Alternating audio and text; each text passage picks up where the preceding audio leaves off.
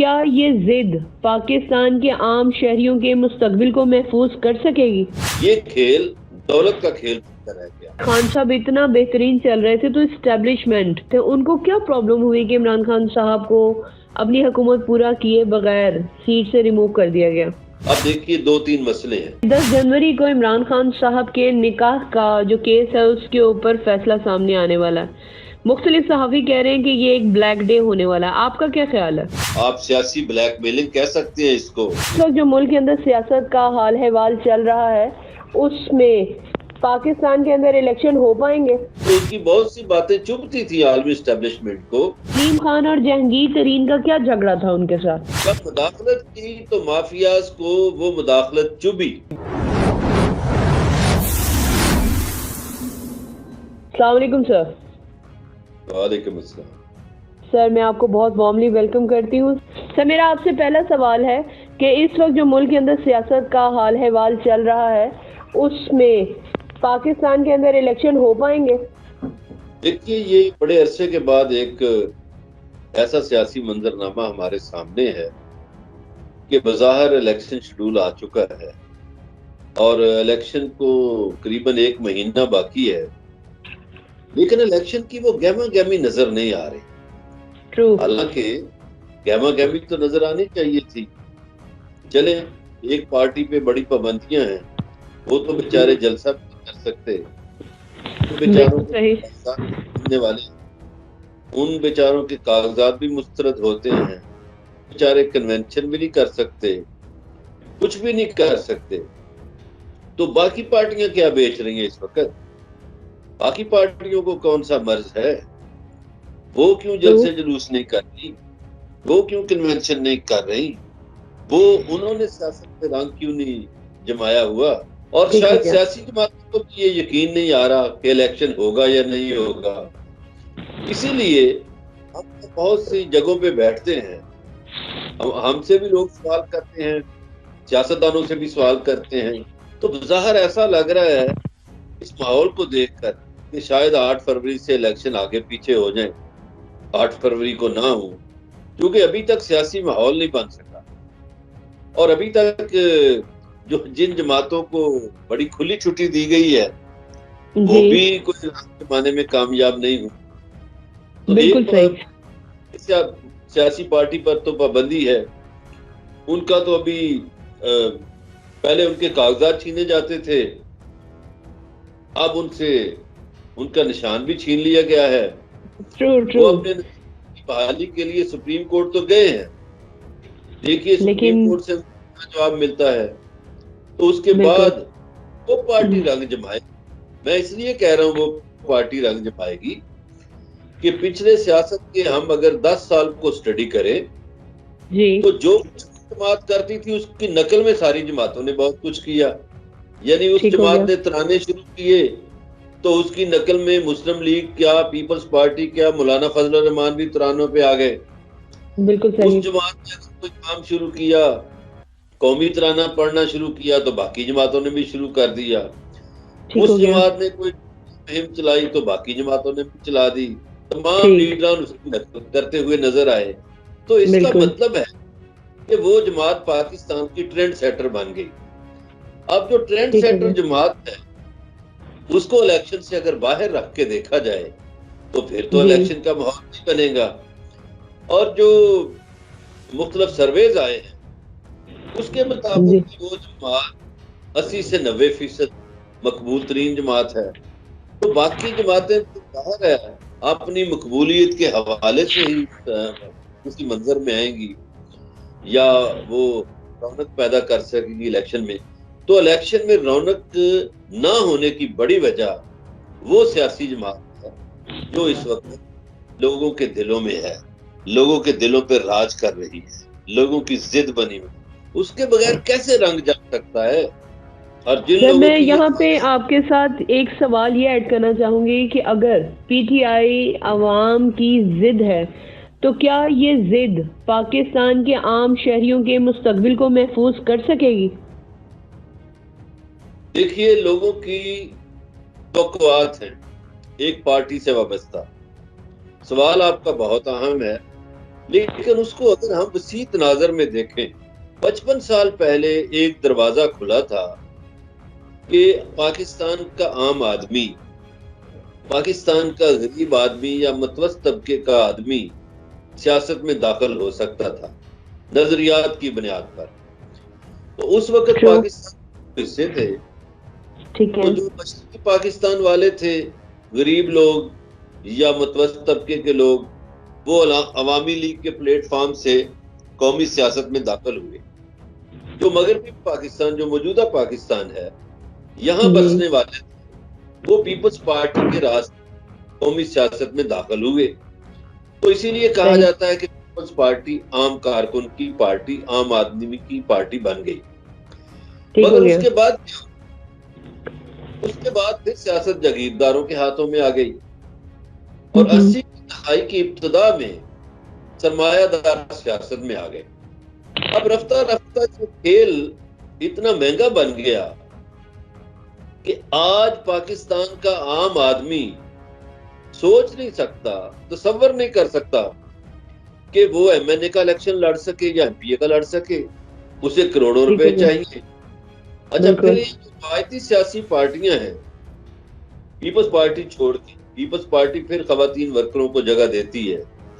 جو دوسری روایتی پارٹیاں ہیں، مثلا مولانا فضل الرحمان کی پارٹی ہے یا مسلم لیگ نون ہے، وہ تو خواتین سیٹوں پر بھی اپنی بھانجیاں، بھتیجیاں، بیویاں ان کو لے آتے ہیں. ایک راستہ تھا طلبہ یونین کا.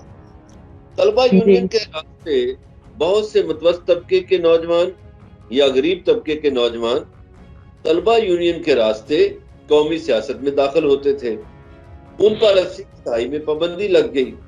تو 80 کی دہائی کے بعد یہ کھیل، یعنی سیاست کا کھیل، دولت کا کھیل رہ گیا. اب 55 برس قدرت مہربان ہوئی ہے. پاکستان میں ایک پارٹی اتنی مقبول ہو گئی ہے کہ اس کے ٹکٹ پہ الیکشن لڑنا ممکن ہو گیا ہے دولت کے بغیر.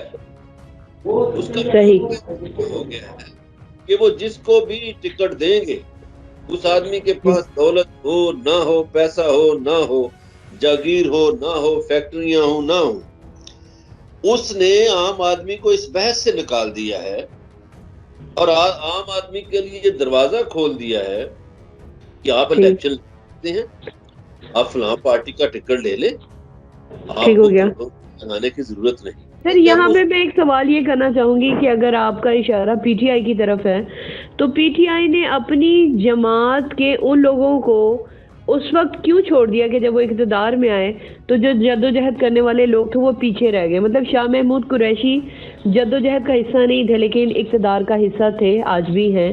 اسی طرح محمد مدنی صاحب ہیں ایک، وہ جدوجہد کا حصہ تھے، اقتدار کا حصہ نہیں تھے. گیلانی صاحب کو جنگ لڑنی پڑی، اور بھی ایک لمبی فہرست ہے. ان لوگوں کو عمران خان صاحب نے پیچھے کیوں چھوڑ دیا؟ اس کے ساتھ میں ایک سوال اور ایڈ کروں گی کہ علیم خان اور جہانگیر ترین کا کیا جھگڑا تھا ان کے ساتھ؟ آپ کی بات بالکل درست ہے، میں اس کا جواب دینے کی کوشش کرتا ہوں. جی، آپ نے درست فرمایا کہ جو نظریاتی ورکرز تھے ان کو پیچھے کیوں چھوڑ دیا گیا. اگر پی ٹی آئی کو 5-6 سال پہلے دیکھیں اور آج دیکھیں تو 5-6 سال پہلے وہ اتنی مقبول نہیں تھی جتنی آج ہے. تو بالکل صحیح. دولت مندوں کا مقابلہ کرنے کے لیے ایسے لوگ میدان میں اتارے جو الیکٹیبلز ہوں. انہوں نے اس وقت کے تقاضے کے مطابق الیکٹیبلز کو چنا اور اپنے نظریاتی لوگوں کو ٹکٹ نہیں دیے. پھر بھی میں کہوں گا کہ انہوں نے ہمت دکھائی اور 25 نوجوانوں کو ٹکٹ دے دیے. یہ جو فرق حبیب وغیرہ تھے، ان کے پاس جاگیریں نہیں تھی. ٹھیک ہو گیا. یہ اسی طرز میں آئے، وہ 25% کے کوٹے میں. بہت سی خواتین ایسی ہیں وہ بھی اسی کوٹے میں آ گئی.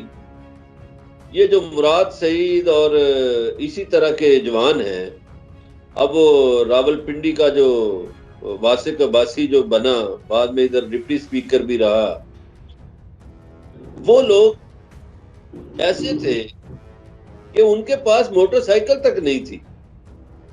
ٹرو.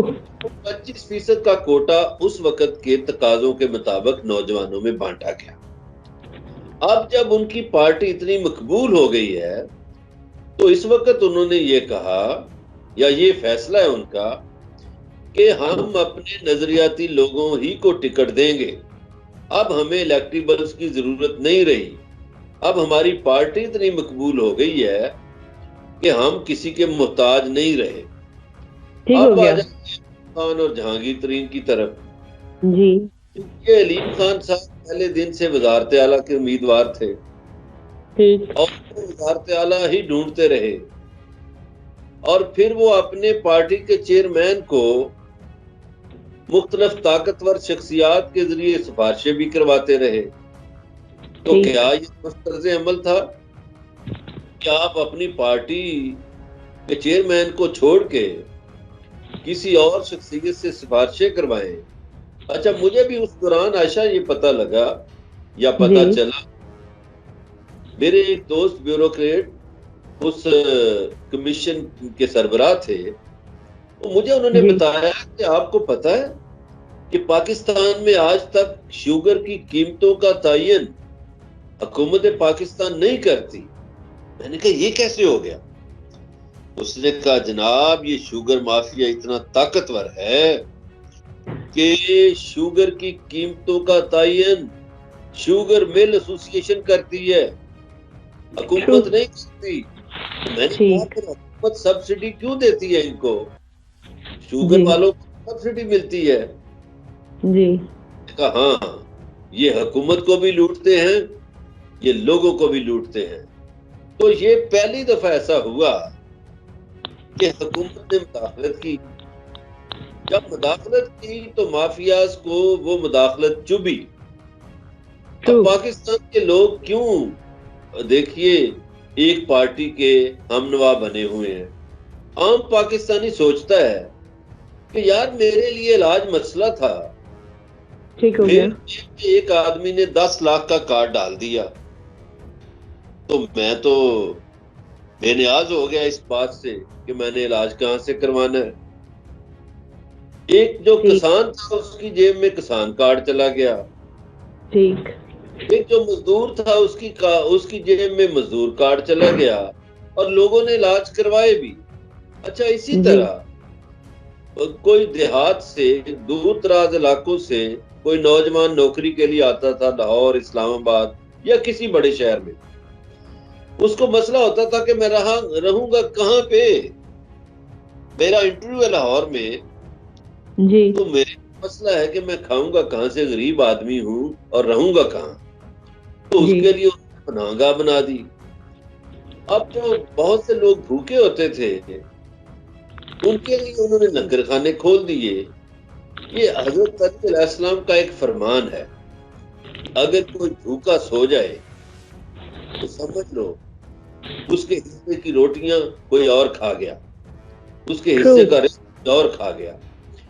آپ مجھے یہ بتائیے کہ یہ 14 پارٹیوں نے 16 مہینے اقتدار کیا. 16 مہینے کے اقتدار نے لوگوں کو کیا دیا؟ اس سے پہلے جو اس کے 3.5 سال تھے جی. اس میں کورونا جیسی وبا بھی آئی اور میں تعریف کر رہا، دنیا نے اس کی تعریف کی کہ پاکستان پہلے 5 ملکوں میں شامل ہے جو کرونا کو بہترین طور پر جس نے ٹیکل کیا. کرونا کے دوران بھی کوئی بھوکا نہیں سوتا تھا پاکستان میں. کرونا کے دوران پاکستان میں کوئی فیکٹری بند نہیں ہوئی، بلکہ پاکستان کا ٹیکسٹائل سیکٹر جو تھا جو پچھلے 30 سال سے بند تھا وہ چل گیا. سر یہاں میں معذرت کے ساتھ آپ کی بات کو کاٹنا چاہوں گی. اگر جے خان صاحب اتنا بہترین چل رہے تھے تو اسٹیبلشمنٹ یا وہ لوگ جو عمران خان صاحب کے ساتھ چل رہے تھے ان کو کیا پرابلم ہوئی کہ عمران خان صاحب کو اپنی حکومت پورا کیے بغیر سیٹ سے ریموو کر دیا گیا؟ بہت اچھی، بڑی اچھی بات ہے. اب دیکھیے 2-3 مسئلے ہیں. نمبر 1، پاکستان کی ان تمام سیاسی جماعتوں کو مسئلہ تھا جو مافیا کی سرپرستی کرتی ہیں جی سارے اکٹھے ہو گئے. جی طرف خان صاحب بہت دفعہ اشارہ کرتے تھے کہ یہ سب اکٹھے ہو جائیں گے, یہ ایک دوسرے کے خلاف نہیں ہے. بہت سے ایسے لوگ بھی ان کے ساتھ مل گئے جو کرپشن پہ یقین رکھتے تھے. اور جی فارن پالیسی کی سطح پر یہ دیکھیے کہ جب بھی اسرائیل کی بات ہوتی تھی پاکستان کے اندر سے کچھ لوگوں نے کہا کہ قائد اعظم رحمت اللہ علیہ نے فرمایا ہے کہ اسرائیل ایک ناجائز بچہ ہے, اس کو تسلیم نہیں کرنا. تو اس نے کہا میں تو قائد اعظم کی بات مانوں گا. تو انہوں نے متعدد مرتبہ اسرائیل کو تسلیم کرنے سے انکار کیا. پھر عالمی اسٹیبلشمنٹ کو یہ بات چپ تھی. جو وہ تقریر کر کے آیا تھا, جو وہ کہتا تھا کہ آپ ایسا نہ کیا کرے, مگر بھی دنیا ایسا نہ کرے, محمد صلی اللہ علیہ وسلم ہمارے دلوں میں بستے ہیں, ہمیں تکلیف ہوتی ہے. اس نے اسلام فوبیا کا دن منوایا UN سے. تو اس کی بہت سی باتیں چبھتی تھی عالمی اسٹیبلشمنٹ کو. عالمی اسٹیبلشمنٹ کے بہت سے نمائندے ہر ملک کی لوکل اسٹیبلشمنٹ میں ہوتے ہیں. تو انہوں نے مافیاز کے ساتھ مل کر اپنا کھیل کھیلا. مگر میں سمجھتا ہوں کہ یہ عمران خان کے لیے اچھا ہوا. کیسے اچھا ہوا؟ کہ وہ غیر مقبول ہو رہا تھا, اس کو کرونا جیسی وبا کا سامنا تھا. اس کو آئے جانے پہ وہ زیادہ مقبول ہو گیا. اب وہ اتنا مقبول ہو گیا ہے کہ یہ جو پاکستان کی بڑی بڑی سیاسی جماعتیں ہیں ان کے قابو نہیں آ رہا. یہ میدان میں خوف زدہ ہیں, وہ تو جیل میں ہے. ان کو ساری سرکاری مشینری کی سہولتیں میسر, یہ پھر بھی ڈر رہے ہیں الیکشن سے. یہ پھر بھی کہتے ہیں کہ اس کے امیدواروں سے کاغذات چھین لو, اس کے امیدواروں کے کاغذات مسترد کر دو, اس کے بندوں کو مارو, تشدد کرو, پریس کانفرنس سے کرواؤ, پارٹی چھڑواؤ اور اس کے جیل میں رکھو کہ ہم سب مل کر 30% پہ ہیں اور وہ اکیلا 70% پہ ہے. اچھا سر, میں آپ سے یہ ایک آخری سوال کرنا چاہوں گی, وہ یہ کہ 10 جنوری کو عمران خان صاحب کے نکاح کا جو کیس ہے اس کے اوپر فیصلہ سامنے آنے والا ہے. مختلف صحافی کہہ رہے ہیں کہ یہ ایک بلیک ڈے ہونے والا ہے, آپ کا کیا خیال ہے؟ دیکھیے, میں اس سلسلے میں ایک بات کروں گا. جی, یہ جو لکھے ہوئے قوانین ہیں, جی, یہ جو شادی, طلاق اور اس طرح کی باتیں ہیں, یہ پاکستان میں ایوب خان کے دور میں متعارف ہوئے آئلی قوانین. ٹھیک سر. اسلام میں لکھے ہوئے قوانین نہیں ہیں اس سلسلے میں. تو میں سمجھتا ہوں جو گواہان بنے تھے, جو بعد میں بڑے پردے پھیر رہے ہیں, ان کو بھی پھر کٹہرے میں لائیں. پہلی بات تو یہ ہے کہ میاں اور بیوی کی بات مان لی جائے. اسلام کہتا ہے کہ آپ متعلقہ فریق کی بات مانیں. گواہ کی ثانوی حیثیت ہوتی ہے, اور جب گواہ آ گئے تو گواہوں کو بھی پھر بلائیں, ان کو کٹہرے میں کھڑا کریں کہ آپ کس شوق میں گواہ بنے تھے. تو میرا خیال ہے جو آپ سیاسی بلیک میلنگ کہہ سکتے ہیں اس کو, مجھے نہیں لگتا کہ اس کیس میں سے کچھ نکلے گا. چلے, تھینک یو سو مچ سر, آپ کے وقت کا, آپ کے خیالات کا. میں آپ کے ساتھ رابطے میں رہوں گی. آج کے لیے بس اتنا ہی. تھینک یو سو مچ سر. بہت شکریہ.